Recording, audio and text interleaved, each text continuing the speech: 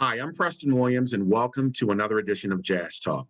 Today on our show, we have with us a very special guest. I'm so excited to introduce him. He's been on the scene for over 60 years and has worked with many greats from Ray Charles to Stanley Turner, Dizzy Gillespie, Lionel Hampton, and yes, even Horace Silver.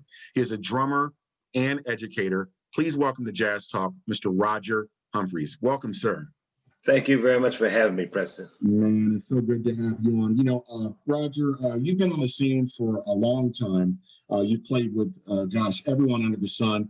But I'm interested in knowing more about your humble beginnings. I understand that you're from Pittsburgh, Pennsylvania. You grew up there. Yes, I did. You come from a big family too. I understand, of like 10 kids or something like that. Yes, as a matter of fact, I'm the youngest out of 10. Oh wow. Yeah, Okay. six boys and 4 girls. Interesting. So you understand that you started playing drums at a very early age. You were like 3 or 4 or something like that, huh? Yes, I was. I was like 3.5 years old, and Wow. I come from like a musical family, man. Before my 2 oldest brothers started playing, my father had 2 brothers who his name is Fat Man Frank Humphries and Hildred Humphries. Okay. And it's very interesting, man, because Eric Alexander studied with my uncle Hildred in Nyack, New York. Okay. Eric Alexander. Oh, wow. So Wow. dig it. So anyway, man, as coming up as a kid, my 2 older brothers were playing all the time. And like they were just say rehearsing in the living room. Mm-hmm. That I remember some of the time. The one particular time, Dakota Staten, she was rehearsing with my brother, my oldest brother, before they had to go to New Kensington, Yeah. And like there's a lot of things you just remember coming up as a kid when I used to be sleeping, laying on the couch while they were rehearsing in the afternoon, Mm-hmm. And it seemed like to me, maybe it don't happen to everybody, like that music picked me, got in my head and there it was ever since a young kid. And my brother Norman, who was a drummer, he taught me about doing the paradiddles. I was like, and one thing amazing about kids, if they have it in them, you don't have to describe the name of what you're doing. They can just pick up, if it's for them, to pick up the exercise that you're doing. Yeah. And that was good for me, And like I've started playing and went to elementary school at the age of 4.5, and went to junior high school all my life. Like I said, I've been fortunate enough, to have even different people to come to town when I was in high school, ask me would I play with them. Illinois Jacket was one of them. Oh wow, man. Yeah, I was recommended to him when he was coming to the Crawford Grill, and he called me and I played. I was like about 14. I was about 14, but the music world is a wonderful one. I was about to ask you about that, Mr. Humphries. You actually started playing professionally in your early teens. Yes, I did. Yes, I did. Wow. So were you playing in like local bands around town at the time as you were sort of building up, your thing before you started hooking up with these legendary artists? Well, sort of, yeah, because I had a few friends who were playing music at the same time, trumpet player and my friend George Jones played the bass when we were like still in high school, in junior high school, and it's great, man. When you come around, you get some friends who can play also, and you can share that thing. But I started playing like you said in elementary school with the band, and kept on increasing. And matter of fact, I was in a singing group, And the time that I got to junior high school, that's when we started with some friends of mine. Frankie Lyman was the man, coming up as a kid. Yes, he was. And we had we had like a singing group. But the thing about it, when the same lady who was teaching me in elementary school, her name was Christine Skoda. And so time we got to junior high school, we ran out of drums. And she said, well, being that I know you can play, Roger, I want you to play the trumpet. And I started playing the trumpet like in junior high school. But I never went out. I never went out too much further. That I was doing that to make her happy because I could play drums. And there's another new student wanted to play, so we passed it on to the student. So you had a little group. I understand, man. At age 16, you played Carnegie Hall. Oh yes, I did. I did. I played at Carnegie Hall with some older friends of mine. Pete Henderson, Spencer Bay, and the bass player. And at the tip of my tongue right now. But anyway, we were at Carnegie Hall, and it was a quintet that we had, and they asked me to play, and that's how that occurred. That's how that happened. Wow, wow. Now, Mr. Humphries, in the early 60s, man, you hooked up with the late Stanley Turner, man. How did you meet him and get to work with him? Well, Stanley Turner, I went to the Hurricane Bar, and I sat in with him and Shirley Scott. Oh, And yeah. after me sitting in with them, I was graduating in June. So, and their drummer was getting ready to leave the band. So he said, "Wow, we'd love for you to be, to join the band." So they came over. It was around Easter time. He came over to the family, to my house, and spoke with my mom and dad. And they say, "Yes, that'd be all right," because my dad he knew Stanley Turner's father anyway, because we're all from Pittsburgh. Right, And we're right. from the north side and from the Hill District. So when I graduated from Allegheny High School, he asked me to meet them in New York. We had like a little rehearsal, what have you, and off we went, man, to California, to the jazz workshop in San That's Francisco. incredible. And that was a time where a lot of stuff was happening. Coltrane, Mingus, Monk, all of those cats were around during that time, early 60s. Now, I was going to ask you, I guess maybe not long after that, you hooked up with the late, great Horace Silver. And as you can see, the photo that I have of him, this iconic photo, one of his greatest tunes, and you're on it, man. How did you hook up with Horace Silver?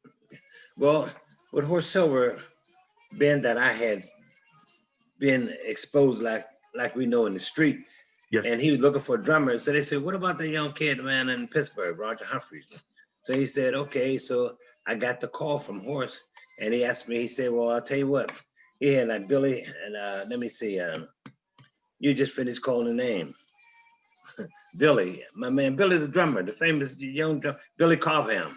Oh, Billy Cobham. Yeah. Okay. Yeah, not only Billy Cobham, but he had some other drummers that was there to audition for the show. And you talking about being nervous. Man, I was so nervous till it was crazy. But anyway, he had them to set in, and then he had me to set in. Yeah. And what it was about in life, I wasn't more experienced than a lot of the drummers he had to set in, but it's what your taste buds were.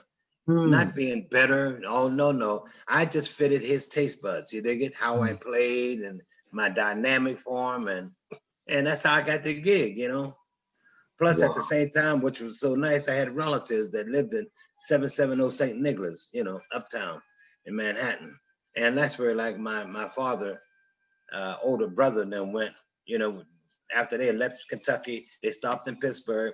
Then my Uncle Franklin was in the music business, so they went up to Harlem, and they call it Sugar Hill, but they went up there, and like I stayed with my relatives, for a minute while I was waiting for Horace Silver to make a decision.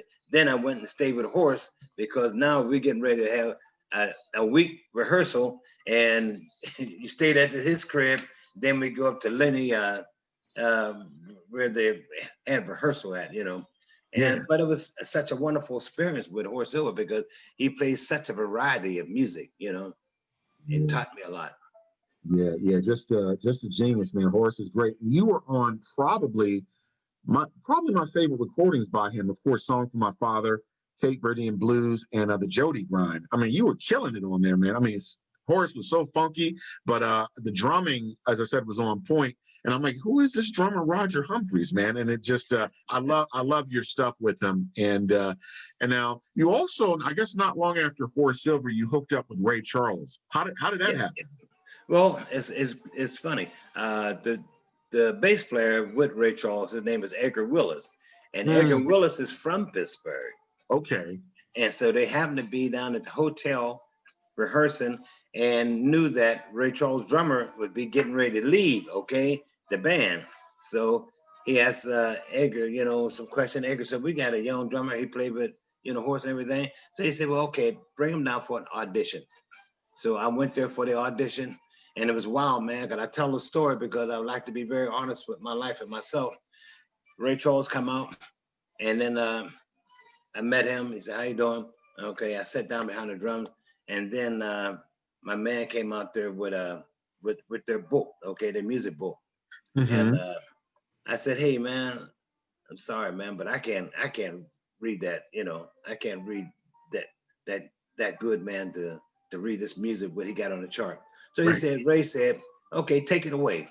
So Ray took it away, and everything that he played about two tunes, but everything he played, I knew the songs because I listened to them every day.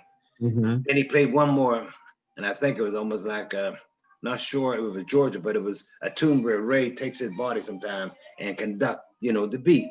Yeah. And then he did that for a little bit. Then he said, "That's enough." And he went on back to his room. So Willa said, "Well, dig it. Maybe about 2 weeks after we go through the process and everything, we'll give you a call." And Lord and behold, man, 2 weeks I get the phone call, say, "Hey, man, we want you to come to Chicago where we're having rehearsal at, man, to join the band." I Wow. said, "Man, that was really beautiful." But understanding the music, and that's why it was so important for me, Mm-hmm. you know, to be able to give a foundation for all the young drummers who were studying with me at Kappa High School where I was teaching at. And I taught Mm-hmm. over for like 28 years. Yes, it's beautiful to be able to interpret the music written on a piece of paper, but the music got to be within inside you, man. That's all Yeah. I did all my life was listen to Art, Max, Philly Joe. I was about to ask you, Roger, who were some of your influences, and all those guys there are heavyweights, and it's interesting. I've interviewed so many great musicians, drummers. Elvin Jones' name is the one that just constantly keeps coming up, Oh and yeah. and Tony Williams too. Hmm. You Yeah, know, and well, we all understand why. Because when Elvin played, he got his own conversation. Nobody played like Elvin Jones with his right, triplets and right, everything. But at right. the time, at the nightclub that was here, it's called Crawford Grill, the Mm-hmm. Crawford Grill. Everybody came in through the grill. I met Elvin Jones through up here at the Crawford Grill, and Yeah. then when I was much younger than that, I met, like I said, Art Blakey when I was a very young kid. Okay, and then after that, well, not only that, it was Max Roach was like the same time that I met them. So from a kid on, I knew them, and then a little bit, a couple years later, that's how I met, Elvin Jones with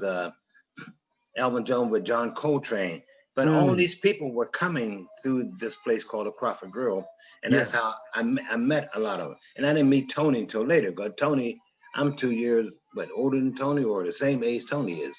Yeah. He was So born in 45, I believe. Yeah. yeah, and I born in 1944. There you got it. So Okay. dig it. And I met Tony, going to New York. And then the first time I met Tony was when we were flying to France for the French Riviera. We were doing the concert over there. Uh, and Horace Silver and the band, we were there together. And then on top of that, on the same airplane was Miles Davis and his band. But Oh, wow. Miles was going to Italy, and we was going to France. You dig it? Yeah. Was such Wow. wonderful times, man. Yeah, like I said, all those names we just mentioned, Coltrane, Miles, Thelonious Monk, Max Roach. I mean, Mingus, everybody was doing their thing at that time period. So would you say, Mr. Humphries, working with Horace Silver really opened up your career? Yes, it did. Yeah. Yes, it did. It really opened my career up because not only did we play a lot of different tunes, it kind of helped made me sensitive with dynamics, you Yeah. know, because that's how you tell your story. You dig it? When you start playing, you don't play everything loud, and you gradually tell your story. That's how Horse was, man. And it was another school, which was a great school for me. Yeah. Yeah. I'm just thinking about song from my father, still to this day, man. That song is just incredible. It's iconic, and I'm sure it's like probably the biggest hit that you probably have ever played on because you've done Yes, it R&B, is. R&B, R&B music as well. But you played with so many greats, man. What was it like working with Lionel Hampton? Oh, that was another school. It was so beautiful because these people you never imagine, I would be on the plane with Lionel Hampton and us leaving the States going to Canada, what have you. Yeah. And because I used to hear some story about Lionel Hampton from my uncles and them, dig it? My Uncle Frank knew him, and you'd be sitting back saying, man, wow, and then to play with him and to see a smile on his face, tell you, that's the reward. To see a smile on his face, say, hey, sound good, man, and sometimes he didn't have to use no word. You could just see the expression, on Yeah. the person's face, man. But that was great playing with him. Wow. Well, you also work with Dizzy Gillespie as well, man. What was that like? Well, the thing about it, when I worked with Dizzy is at a place called Walt Harper's Attic. Okay. And he came in to play, and I forget the drummer that they had, or somebody else supposed to be coming in with them, but they didn't make it. So they called me to make the gig with Dizzy Gillespie. That was another shell shocker, Incredible. That is incredible. Wow, Dizzy Gillespie. Yeah, man. Like I said, when I was looking at your background, researching your background, I said, man, Mr. Humphries has played with everybody. Some of the greatest horn players. You played with Lee Morgan, I believe Freddie Hubbard too. Two of the best. Oh man, and Woody Shaw and Joe Henderson, man.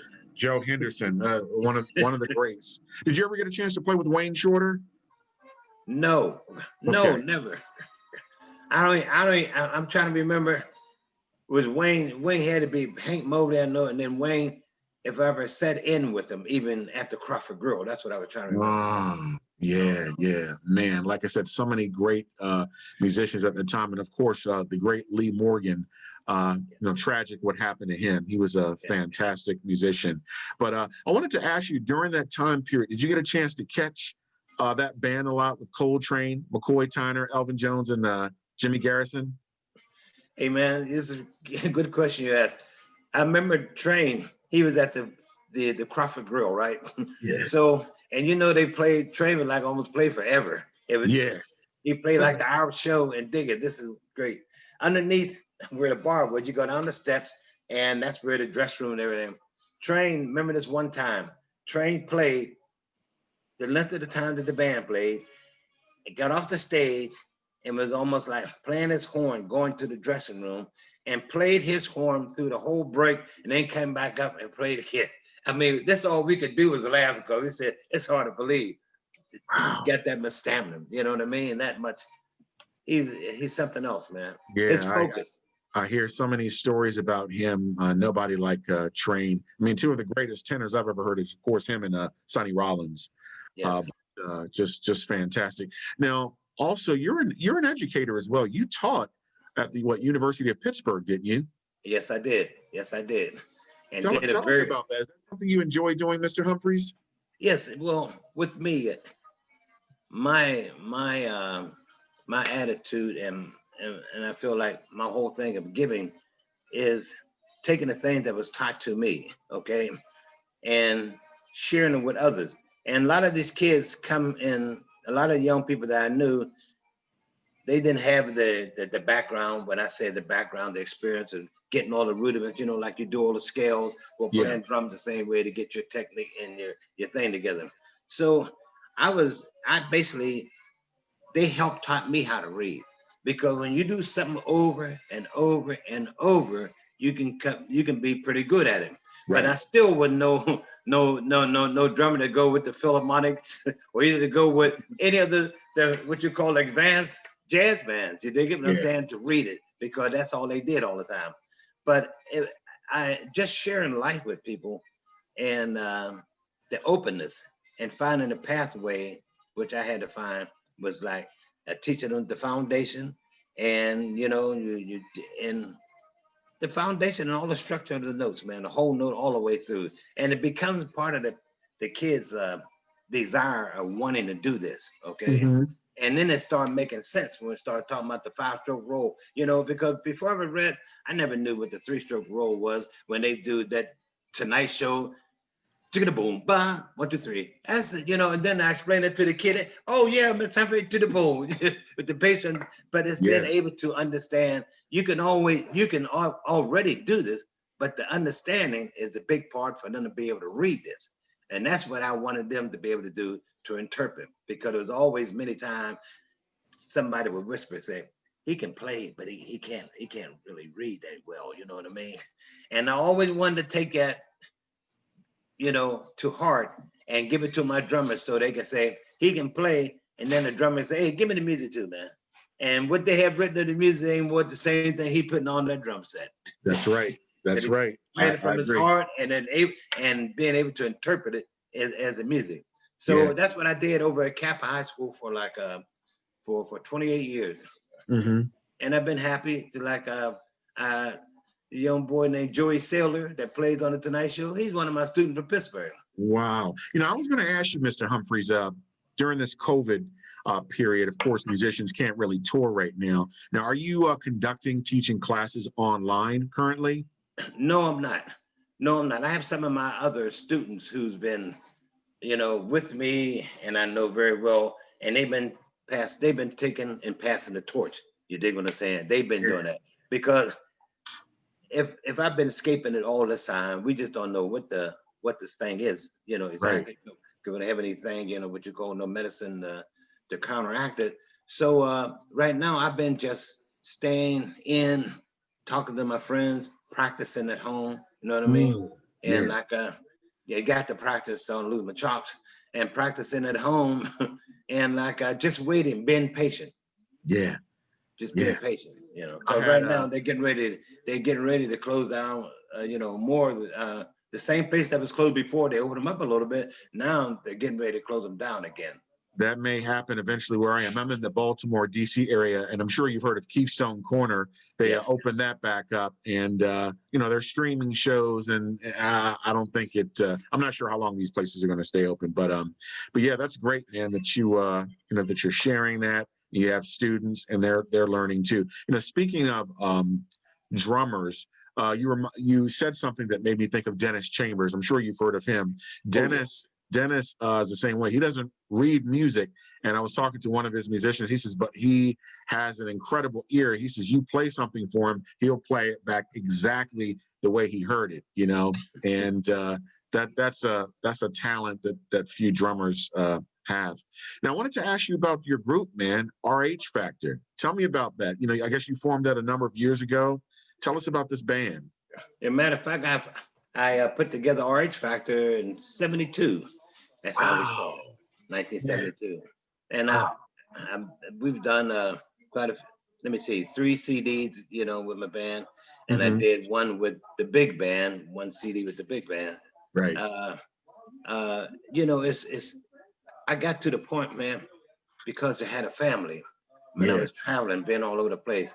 And it dawned on me one day, just said, man, because I know what New York is about, to come through here and grew up every summer in New York, I'm gonna take the New York vibe back to Pittsburgh with me. You Yeah. know how because you live in New York City, like a little different than you live other places because it's a faster town and That's right. everything. It's a different, it's a different vibe. And I've been fortunate enough to be here and be with some wonderful and talented musicians right here Hmm. in Pittsburgh. You know, let me see. When the Wayne Dolphin, he played with Stanley Turner, you know, and he doesn't play with him now, but Stanley's gone, of course. But the last gig that Stanley had was in Pittsburgh. Dwayne and I played with him together, man. And it was so incredible because of bringing back memories, you know what I mean? Yeah. Of the Yeah. things that we did, man. And so I've kept this attitude. I live in Pittsburgh, but my attitude is the same vibe you have in New York City. I mean, I don't know, unless you've been through there and lived with talking to people in the fast life, kind of like it goes through. But it's just like, you know, let me explain it. It's like living in the country and then living in the city. And to me, when you live in New York City, that's one of the greatest city in the world to live in, where everything is fast, all the entertainment, all the musicians come through here, no matter Yeah. where you come from. Everybody want to go to New York City, to be Yeah. Christian by that city. And you meet everybody Yeah. all over who come from all over the world to come to New York City. And That's so right. that was one of my things. I wanted to bring my vibe back. And I've been doing it ever since with all the nightclubs, playing all the tunes that I like to play that you hear, on our CDs, not my CDs, but the CDs that you hear with everybody playing on mouths. So, and it's nice being a band leader for me anyway, because I can play the tunes I want to play. You know what I There mean? you go. There you go. Just thinking of someone else out there that's still doing it, Mr. Humphries, Roy Haynes. This man's 95 and still doing it. I just caught him just before COVID hit, played his butt off And I was talking to his son. Of course, he's got little dementia. He said, my dad's not going to remember what you said to him, but when he gets behind the drums, he seems to remember that. Well, I sure can sanction that, because he was in Pittsburgh and we took pictures together with him and Joe Harris. Oh, wow. Wow. We got pictures together, me, him, and Joe Harris backstage, man. And you ain't lying, man. It's incredible for somebody to be at his age and make the common sense, not the common sense, but the conversation that he does with his drum set and his solos. You dig it? Exactly. Yeah, he's great. Now, you also played with another one of my favorite musicians, George Benson. What was it like working with George, man? It was great, man, because George and I are like the same age, okay? Yeah. And we kind of like grew up together in the Hill. He's from the Hill District. I'm from the North Side. But we did other gigs together. I remember one time that was very significant. My brothers brought me over to a place where I was in high school. Listen to this good. And George Benson was in high school too. And his name is Joe Westrate, the man who owned this club. But every, Tuesday night, whatever night it was, George and I would come over to the place and play with like his jam session. You dig it? Yeah, and we couldn't have been no more, man, like 14 or something like that. Yeah. We couldn't have been no more than that. But me and George had a lot of fun together, man. Wow. And I guess the person that he really admired the most, I guess, was Wes Montgomery. Did you ever get a chance to catch Wes? I saw him in person. Yeah, I saw him in person. Yeah, fantastic. I saw Wes at the Hurricane too. Man, what a great musician. Yes, now I was gonna ask you, Mr. Humphries, when you're home just relaxing, taking it easy, what are you listening to? What type of music do you put on? Are you a classic man? You listen to stuff from back in the day, Bird, Monk, Bud Powell, or are you listening to current stuff? What do you like to listen to when you're just home relaxing? Well, I like to listen to the jazz station, and I don't know if I'm allowed to say it anyway, but it's serious, because what I'm saying, they play the jazz, they play the older jazz, they cover the whole territory. Yeah. Even the new stuff that they doing, sometime I have to sit and try to listen to it twice, because you know how young people mind go, their adventure all over the planet and everything. Right. But it's so much fun to listen to them create stuff. And then on top of that, after trying to figure out what exactly I've listened to, here comes John Coltrane or either Art Blakey. But yeah. And then just a lot of variety of things. So I just love music. I love good music. I love music, and I can't put it in words. What's bad to me, bad to you. You know what I mean? But to me, I like the jazz. Going back all the way back to where Ella Fitzgerald with Donna Washington, what I mean? Man. Sarah Vaughan. And I was in the house and listening to them in my living room. And that's all I knew with these music that I listened to. My family listened to this music 24/7, man. I was going to ask you, with your illustrious career, man, and all the people that you've played with, do you think we'll ever see a biography on Roger Humphries, or maybe some type of a book? Well, I tell you what, it's wild that you're asking this, because I was just talking to somebody, and I'm telling you, man, this is crazy. I was talking to one of my friends that I grew up with, and he was just saying like, yeah, Roger, you did this. Roger, you did that. Mm-hmm. And they've been after me for a couple of years now to do a biography. So it really, some pieces really putting together, because I said, I got to do it now. I have an older sister who's 95. Oh, and wow. her mind is sharp. So I got to get it now while I'm still kind of sharp, because she's sharper than me. You dig it? So while I'm able to do this, I say to myself, I'm going to start working on it. And because we have time with this virus going on, I'm going to start working on this now. And that's Please do, man. Please do. I would love to read, your story. And I was talking, I just mentioned Roy Haynes. I was talking to his son about that, and I'm like, there's nothing on Roy. And I said, this man's resume is unbelievable. Who this guy's played with, Billie Holiday, Lester Young, Coltrane. I mean, he's played with everybody. And I said, there's nothing on him, but I would love to read something about you, man. Because like I said, you're a hero of mine. You play with all the greats. And it's just been fantastic to sit here and share this time and space with you. I'm about to close out the show. Hold on. Okay. Well, you've heard it from the great Roger Humphries. And as the saying goes, if the music grooves and makes you move, it must be jazz. I'm Preston Williams with Jazz Talk signing off. Peace.